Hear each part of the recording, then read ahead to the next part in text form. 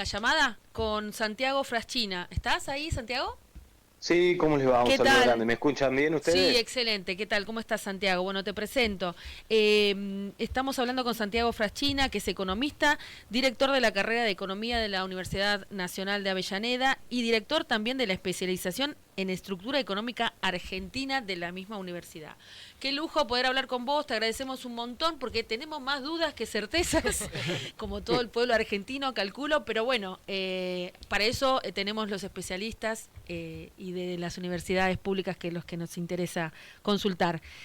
Arrancamos con algunas preguntas, Santiago, a ver qué nos podés desandar. Arranco yo. Hola Dale, Santiago, Lean. soy Leandro. Y ¿Cómo?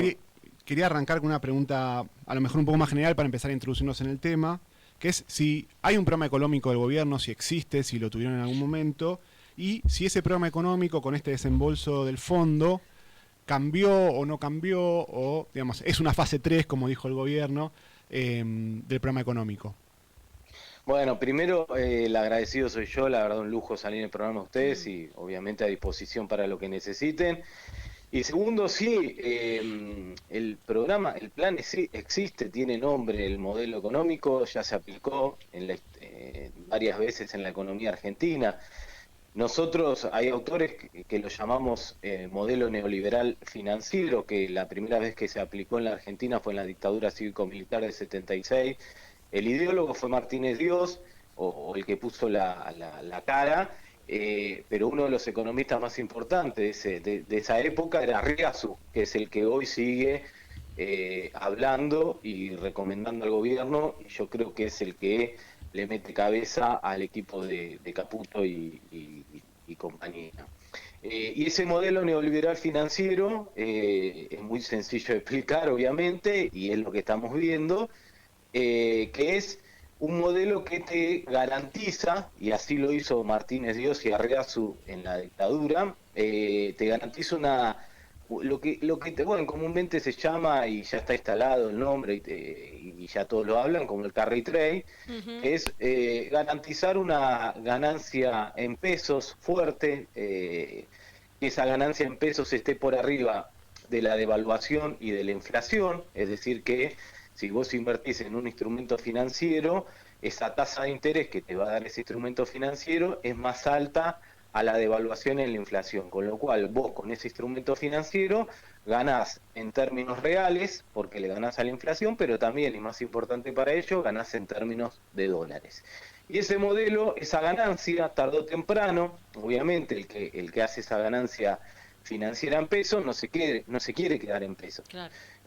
Tarde o temprano se va a ir al dólar, y lo que ellos necesitan para cerrar permanentemente este carry trade es que el gobierno les garantice esos dólares para cuando ellos quieran irse, Ujú. tener los dólares suficientes para irse. Bueno, lo que hace el gobierno en forma permanente es garantizar esa rentabilidad en pesos por arriba de la devaluación y de la inflación, y tratar de conseguir en forma permanente dólares para que el que hace el carry trade sepa que cuando se quiera ir va a tener los dólares suficientes para poder irse. El año pasado lo garantizó con la mega devaluación, Ujú. que eso generó un superávit comercial, generó fuerte liquidación del campo de dólares. En la segunda etapa lo garantizó con el blanqueo, y a principio de este año, todos esos que estaban haciendo carry trade, no se cerraba el acuerdo con el Fondo Monetario Internacional y tampoco el gobierno por ahora podía acceder al mercado financiero internacional para volverse a endeudar. Entonces todos los que estaban haciendo carry trade el año pasado se empezaron a preguntar, bueno, no está consiguiendo los dólares, y se empezaron a ir en forma anticipada. Que es toda la corrida que tuvieron a principio de año. Con el acuerdo del FMI, todo esto se tranquilizó porque el mensaje del gobierno es, bueno, conseguí de nuevo dólares para que cuando ustedes se quieran ir, van a tener los dólares suficientes para poder irse. Y lo que además esperan este año o el año que viene es poder volver al mercado financiero internacional para volver a endeudar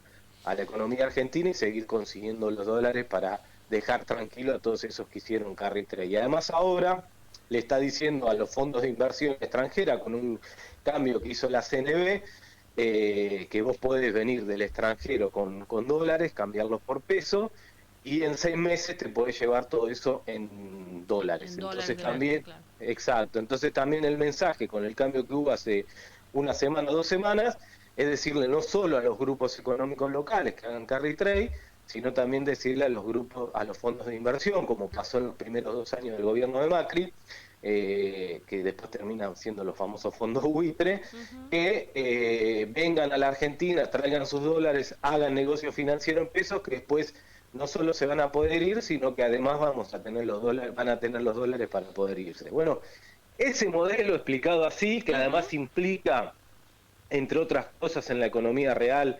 desindustrialización de la economía nacional, implica crecimiento de la desocupación, pobreza, siempre fue así. Esos modelos se llaman modelos neoliberales financieros. Reitero, la primera vez fue en la dictadura cívico-militar, después fue en la década del 90, durante la convertibilidad.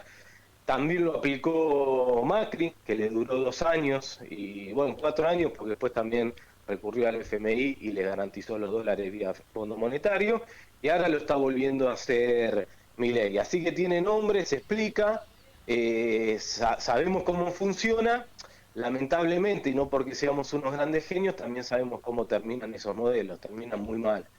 Terminan en crisis de deuda, porque no podés pagar, porque eso se sostiene, como los dólares del superávit comercial no alcanzan para garantizar el carry trade y la fuga de capitales, siempre terminan recurriendo a endeudamiento externo, Fondo Monetario, o deuda con el sector privado externa. Santiago, te quería preguntar, porque creo que somos el país más endeudado del mundo, ¿no? Con el FMI. ¿Cuántas veces más nos pueden prestar para seguir, digamos, con esta bicicleta? Sí, es una excelente pregunta, porque ya la verdad que excedieron la cuota que le pueden pedir. Con el préstamo que le hicieron a Macri de 57.000, después le bajaron 46.000 millones, ya habían excedido la cuota de cuánto le podían prestar a la economía argentina, porque el FMI por estatuto tiene una cuota, dependiendo de la plata que vos pongas en el Fondo Monetario Internacional, es la plata que a vos te pueden prestar. Bueno, esa cuota ya se había excedido con el préstamo que le habían dado a Macri. Con este préstamo, obviamente, y sí, somos la economía más endeudada con el Fondo Monetario Internacional. Para entender, con estos 20.000 millones de dólares estaremos rondando los más de 60.000 millones de dólares de deuda con el FMI, casi 70. El segundo país más endeudado con el FMI es Egipto, con 11.000 millones de dólares. Es decir, fíjate la diferencia entre nosotros y el segundo. El tercero es Ucrania, con 9.000 millones de dólares. Bueno, nosotros estamos llegando casi a 70.000 millones de dólares de deuda con el FMI. Más del 40% de todo el endeudamiento del FMI con el mundo lo tiene la Argentina. Es inédito, digo, en la historia del Fondo Monetario Internacional, desde que se constituyó en el año 47, es inédito la plata que le está prestando la Argentina. Nunca le había prestado tanta plata a un país en tan poco tiempo. Por eso digo, viola hasta el estatuto del Fondo Monetario Internacional, porque además el mismo estatuto del FMI dice que los dólares que te presta el FMI no pueden ser usados para financiar la fuga de capitales. Si vos analizás lo que pasó durante el macrismo, los 46.000 millones de dólares que les prestó en la era de Macri, el FMI se usó 100% para financiar la fuga de capitales. Claro. Y esto, ¿cómo se puede salir de esto, Santiago? ¿Cómo podemos salir de esto, de este endeudamiento, sin pagar tanto, ¿no? Porque con miedo a que se nos muera la gente en el medio. Sí, yo lo que decía es, el problema de estos modelos además es que sabemos cómo terminan en crisis de deuda. Las 2 crisis de deuda que ya tuvimos fueron en el año 89 con la crisis hiperinflacionaria, que fue la crisis de deuda que generó la dictadura cívico-militar, y la segunda crisis de deuda que tuvimos después fue la crisis del 2001, que fue la crisis que generó la deuda que generó la convertibilidad.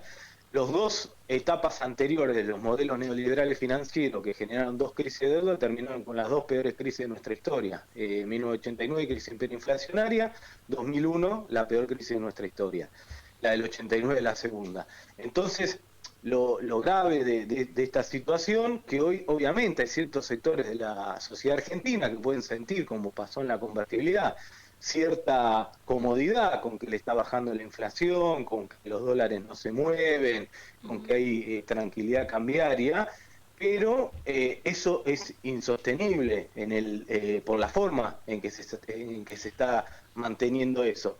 Y estos modelos terminan muy mal. Obviamente uno lo que espera es que se terminen antes de que generen crisis de deuda como 89-2001, pero bueno, eso depende de lo que vota la gente y después de lo que el próximo gobierno haga con la deuda. Ese es el gran tema. Porque además estar endeudado con el Fondo Monetario Internacional no es lo mismo que estar endeudado con un banco privado, porque el FMI es un organismo que además te impone condicionalidades, o sea, permanentemente te dice lo que tenés que ir haciendo y además cada 3 meses te va revisando si lo que ellos te dicen vos lo vas cumpliendo. Eso te quería preguntar, Santiago, o sea, ¿cuáles son los condicionamientos que implica este acuerdo con el fondo? Y también un poco entiendo que uno de los condicionamientos fue este trabajo entre bandas del dólar. ¿Por qué el dólar, primero, qué implica ese trabajo entre bandas del dólar y por qué el dólar está bajando? Bueno, porque justamente lo que está volviendo a pasar es el carry trade. Es muchos que tenían, que se estaban yendo, o sea, que habían hecho carry trade el año pasado y que veían que el acuerdo con el FMI no llegaba y eso los ponía nerviosos, entonces empezaban a vender sus pesos para sacar los dólares. Ahora que llegó el acuerdo, están haciendo lo contrario, están vendiendo dólares o no comprando dólares para justamente volver a formar parte del carry trade. Con la expectativa de ganar en pesos y después llevarse más adelante los dólares. Entonces hoy tenés más oferta de dólares que demanda, y ni que hablar si empiezan a llegar los fondos de inversión del extranjero, como pasaron, reitero, los 2 primeros años del gobierno de Macri, donde van a traer más dólares para participar del carry trade. Ahora, también puede ser cortoplacista, porque, digo, ¿cómo está la economía mundial? Y lo frágil que es este carry trade del gobierno de Milei, en un mes, los que hicieron la ganancia en pesos y desconfían de la situación argentina o desconfían de lo que está pasando en el mundo, pueden volver a salir a comprar dólares e irse. Por eso son modelos también muy frágiles, en el sentido de que cualquier expectativa negativa que genere a los que están haciendo carretera empieza a generar una corrida y ya no la puedes parar más, esa corrida. Entonces, hoy lo que está pasando es que con el acuerdo con el FMI llegó la tranquilidad a los que hacían carry trade y van a seguir haciendo carry trade, de que ellos tienen los dólares, con lo cual se detuvo la sangría, se detuvo la corrida cambiaria, ya no salen a comprar dólares, están poniendo sus pesos en instrumentos financieros que les generan una mayor rentabilidad, encima empezaron a subir las tasas de interés, justamente con ese objetivo.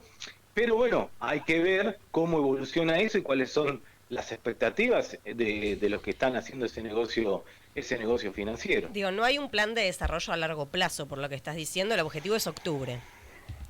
Llegar a las Sí, elecciones. Sí, el objetivo es octubre, el objetivo es seguir estirando esto. En la convertibilidad duraron 10 años, yo no creo que duren 10 años haciendo esto, porque en la convertibilidad había otro contexto internacional donde a la Argentina se les prestaba muchísimo más plata, no el FMI, pero sí los bancos privados extranjeros, había empresas para privatizar. Sí, las condicionalidades no solo son las bandas, sino también que ya están hablando de condicionalidades más estructurales, como ya plantearon reforma laboral, ya plantearon reforma previsional, están tratando de ver cómo aumentan la edad jubilatoria y cómo los que no tienen 30 años de aporte, bueno, ya dieron de baja la moratoria, y ya están hablando de acelerar el proceso de privatización de las pocas empresas que el gobierno nacional tiene, con lo cual ya están no solo planteando condicionalidad de coyuntura como el tema de la política cambiaria y las bandas, sino es que ya lo que más les interesa al FMI son las reformas más estructurales. También el tema que tenemos, que el gobierno que hoy está en la Argentina coincide con lo que piensa el Fondo Monetario Internacional, con lo cual lo iban a hacer igual aunque el FMI no se los exija. Claro. Es más, le bajaron mucha plata porque ellos garantizaron desde el día 1 el superávit fiscal financiero, claro, que es uno de los reclamos permanentes del Fondo Monetario Internacional y que Milei lo va a tratar de cumplir cueste lo que cueste, con lo cual eso el FMI también lo sabe. Clarísimo. Bueno. Clarísimo y desolador. Sí, sí, vienen por nosotros, ¿no? Sí, sí, pero bueno, también creo que hoy es un día de esperanza, al menos en lo personal. Tenemos que poder pensar cómo salimos de esto, Santiago, y eso te lo pido para una próxima entrevista, que veamos cuáles son las posibilidades. Entendemos que es electoralmente, al menos desde este programa y desde nuestro sindicato y de esta radio, es electoralmente tenemos que salir de esto para garantizar algunas cuestiones de defensa de nuestros derechos desde el principio, ¿no? Pero bueno, te agradecemos un montón, Santiago, y te comprometemos a una segunda entrevista y quién no dice una tercera para poder seguir esclareciendo algunas cuestiones y buscarle una salida a esto. Dale, perfecto, sí, obviamente para lo que necesiten, como dije al principio, así que para mí es un gusto, un honor poder salir en el programa de ustedes, así que seguir, sí, obviamente sigamos. Pensar la salida es pensar cómo va a terminar esta nueva experiencia de este modelo neoliberal financiero, o sea, cada año o cada momento que avanza, bueno, la situación es cada vez más grave, porque no es lo mismo agarrar una economía donde ahora además tenés 20.000 millones de dólares más de deuda con el FMI. Bueno, es una economía mucho más complicada que ayer. Y así sucesivamente. Le tenemos que poner un freno lo más rápido posible. Muchísimas gracias, Santiago. Nos vemos prontamente. Un saludo grande. Bueno, y nosotros nos despedimos. Nosotros nos vamos con tremenda entrevista. Ahora a buscar las partes que nos hagan falta y seguir repreguntando y pensando cómo salimos de esta. Nos vemos.